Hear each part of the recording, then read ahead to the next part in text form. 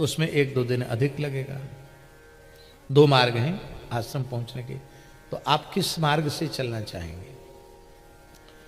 भरत जी बोले कि प्रभु भले ही 2 दिन का 4 दिन लग जाए, भजन में बाधा न पड़े, उसी मार्ग से चलना चाहिए। अरे ये भजन में बाधा न पड़े उसी मार्ग से चलना चाहिए। बोले तुम सत्य सत्य बताओ तुम कौन हो?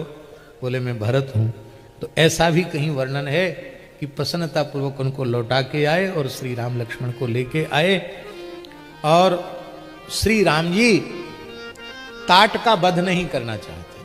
वाल्मीकि के अनुसार राम जी के मन में दया भाव है, स्त्री है कैसे मारूं। वहां अनेक बातें विश्वामित्र जी ने समझाई हैं कि इंद्र ने भी एक मंथरा थी उसका वध किया, उसको वज्र का प्रहार करके नष्ट किया था। भगवान विष्णु ने भी काव्य माता निषोदिता, क्योंकि वो देवताओं को ही के अस्तित्व को समाप्त करना चाहती थी, शुक्राचार्य की माता, इसलिए विष्णु ने उसका भी वध किया था। इस पापनी का तुम अवश्य वध करो। वहां राम जी ने जो बात कही है वो वाल्मीकि रामायण का इतना अद्भुत श्लोक है, उसको कहे बिना यदि हम रह जाएंगे तो हमें बड़ी पीड़ा होगी। बड़ा प्यारा श्लोक है।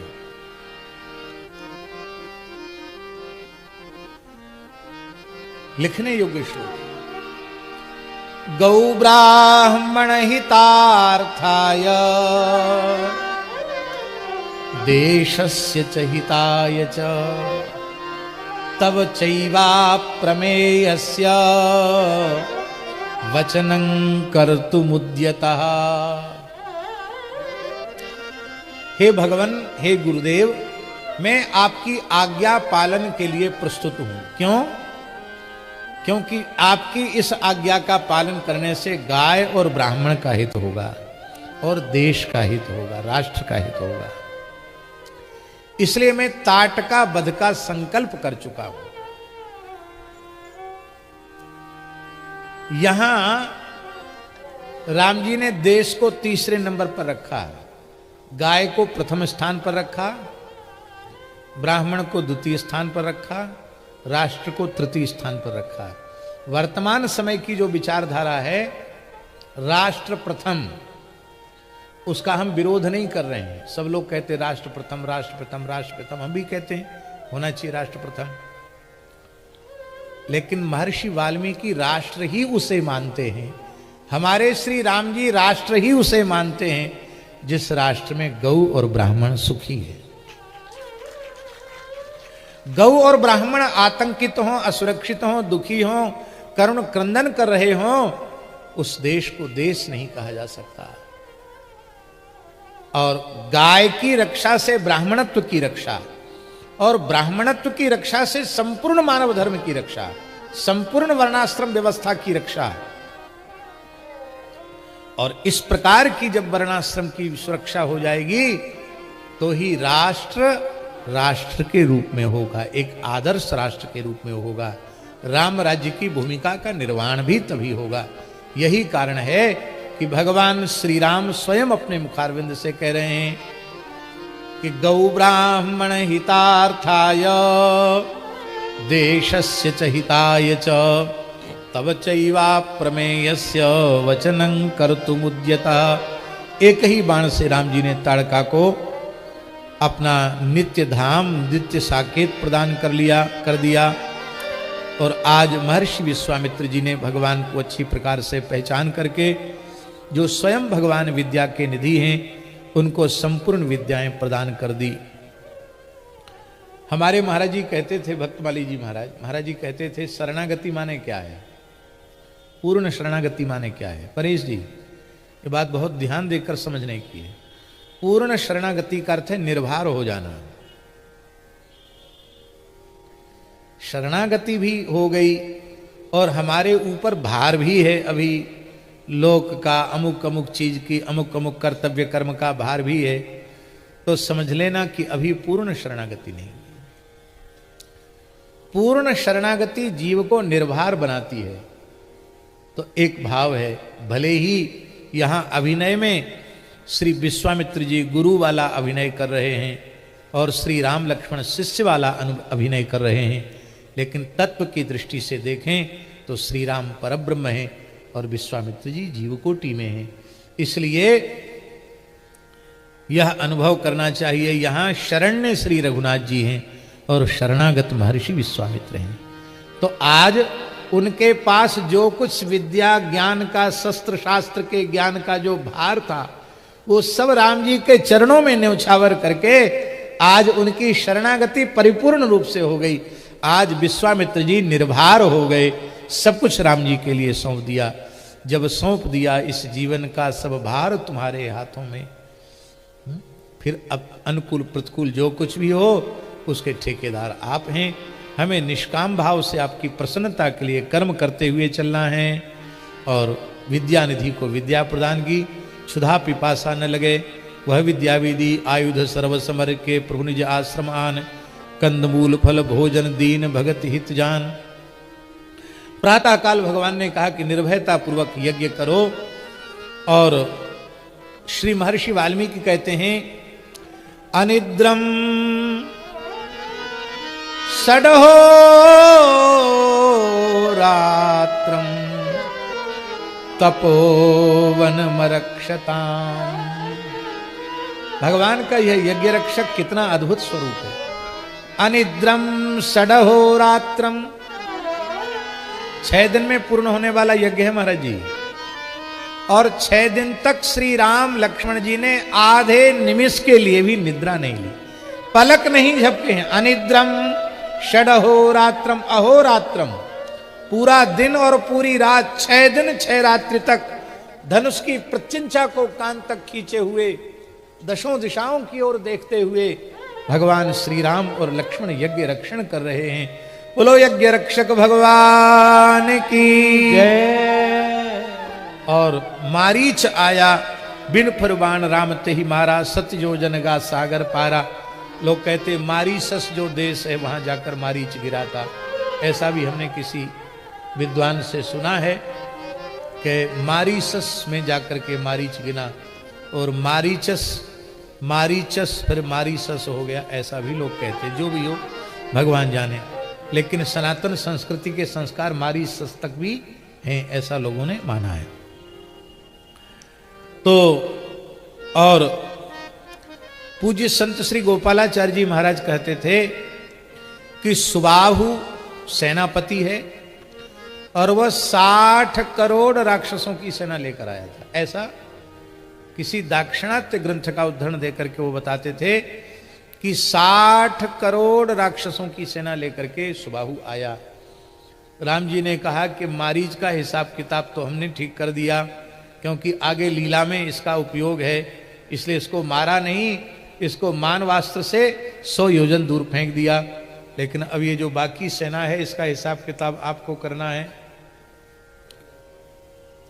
लक्ष्मण जी ने सुबाहु के सहित 60 करोड़ राक्षसों को निमिषार्ध में जलाया और जलकर उनकी भस्म यज्ञशाला में नहीं गिरने दी, वायव्यास्त्र से उसको उड़ा करके सीधे गंगा सागर भेज दिया और सबकी सदगति हो गई।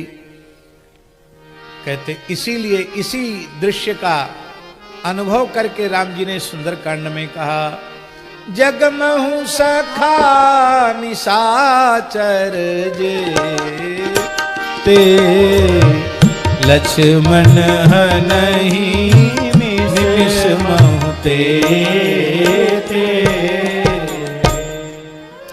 इसके बाद कुछ दिन राम जी वहां विराजे और इसके बाद भगवान मिथिला यज्ञ धनुष यज्ञ के लिए चले।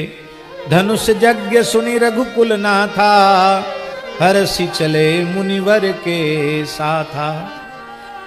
मार्ग में अहिल्योद्धार किया उन्होंने, जहां कोई पशु पक्षी जीव जंतु कुछ भी नहीं थे। भगवान ने जिज्ञासा की और अहिल्या कैसे शापित हुई, उस संपूर्ण कथा श्री विश्वामित्र जी ने सुनाई और कहा कि गौतम नारी श्राप वश उपल देह धरि धीर, चरण कमल रज चाहती कृपा करहु रघुवीर। पर सत पद पावन शोक न सावन प्रगट भई तप पुंज सही देखत रघुनायक जन सुखदायक सन्मुख हुई कर जोरी रही अति प्रेम अधीरा पुलक शरीरा मुख नहीं आवे वचन कही अतिशय बड़ भागी चरणन लागी जुगल नयन जलधार वही हाँ जुगल नयन जलधार। एक अर्थ तो स्पष्ट है कि अहिल्या के दोनों नेत्रों से युगल नेत्रों से प्रेमा सुधार बह चली।